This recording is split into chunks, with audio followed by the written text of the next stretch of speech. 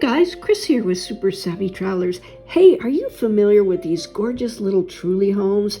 These are the cute little cone-shaped homes. You see a lot of them in Alberobello and in and around the Ostuni area, and we have a beautiful one for you. This is a beautifully restored Trullo and Lamia, which is an accompanying building, and it is situated on stunning gardens of about 13,000 square meters with fruit and olive trees. Take a look at this beauty. It is absolutely gorgeous. It is 5 kilometers from the white city of Ostuni and 10 kilometers to the sandy beaches. It has 2 bedrooms, 2 bathrooms, 70 square meters, and it's absolutely stunning. Take a look.